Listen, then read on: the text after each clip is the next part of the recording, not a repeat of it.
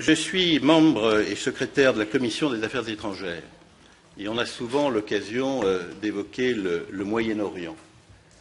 Et en défendant la cause qui est la vôtre, j'ai vraiment le sentiment, avec tous mes collègues, de défendre la cause de la paix dans cette région si magnifique du monde, si porteuse d'une histoire, je ne sais combien de fois millénaire, qui nous impressionne toujours par sa finesse, par sa qualité. Et c'est dire que c'est un bouleversement, c'est une émotion du cœur très forte de voir un pays comme le vôtre livré à la dictature théocratique des mollahs. Il faudra bien qu'un jour, et le plus tôt sera le mieux, nous en finissions. Alors je ne veux pas être trop long parce que j'ai vu que l'heure passait, il y a encore beaucoup d'intervenants et beaucoup de personnes voudront sans doute s'exprimer. Ashraf sonne à nos oreilles comme véritablement ce qui ne devait plus se reproduire et qui s'est produit.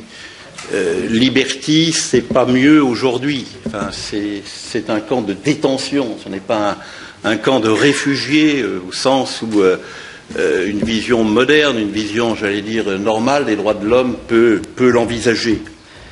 Et derrière, c'est chaque fois la main sournoise de l'Iran qui tire les ficelles.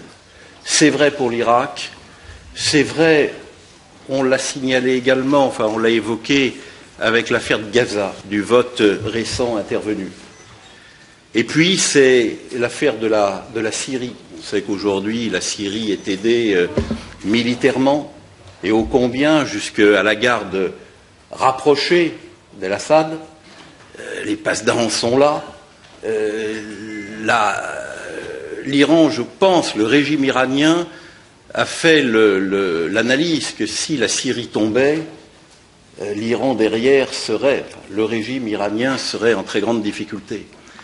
Et donc, on voit bien tout l'intérêt qu'il y a à demander au pouvoir public français, et notamment au Quai d'Orsay, d'avoir à l'égard de l'Iran la même attitude que celle que nous essayons d'avoir à l'égard de la Syrie, une attitude qui soit moins une attitude frileuse. Alors, je le dis d'autant plus que les gouvernements que j'ai défendus dans un passé qui n'est pas éloigné n'ont pas été brillants en la matière.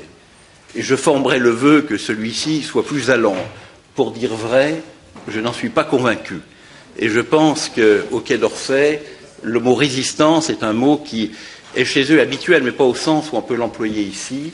Ils restent sur des schémas, il est très difficile de les faire évoluer dans leurs schémas. Voilà simplement ce que je souhaitais vous dire. On mène un combat au niveau du Parlement, qui est transcourant.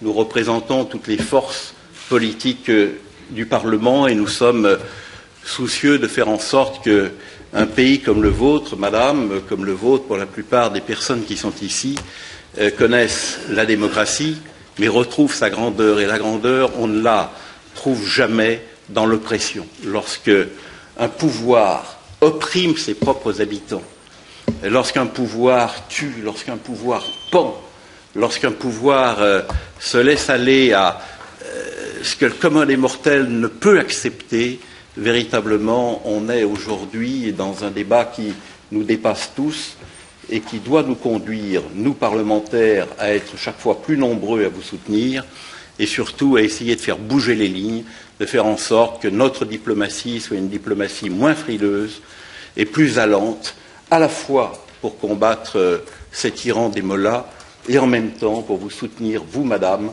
et votre organisation structurée qui éminemment est porteuse d'avenir. Merci à vous.